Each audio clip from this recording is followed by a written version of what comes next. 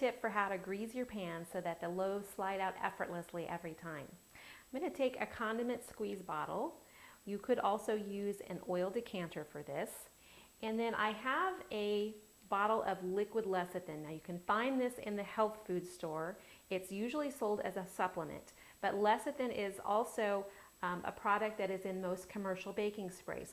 So what we're going to do is make our own homemade version of a baking spray, except instead of being in an aerosol bottle, we're going to just squeeze a little into the pan. So I'm going to start by pouring some of this lecithin into the bottle.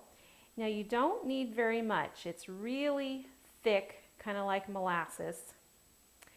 And I like to put about, a couple of tablespoons in a bottle this size. So it comes out kind of slow.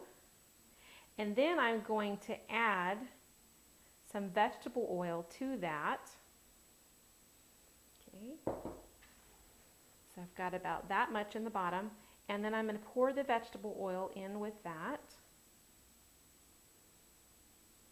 Give a little bit of room there to shake it around. And put on the lid. Now because lecithin is a natural emulsifier, this mixture will stay mixed once I shake it up. Okay. So I'm going to shake this together.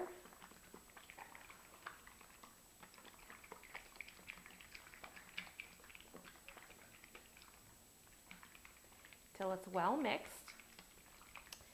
And then in order to use it, you just squirt a little bit into the pan and rub it around with your fingers or a paper towel and get up all in the sides and in the corners. And when you put your bread in here to rise and bake, and when you go to take them out, they will slide out very easily and you will never have any problems with them sticking again.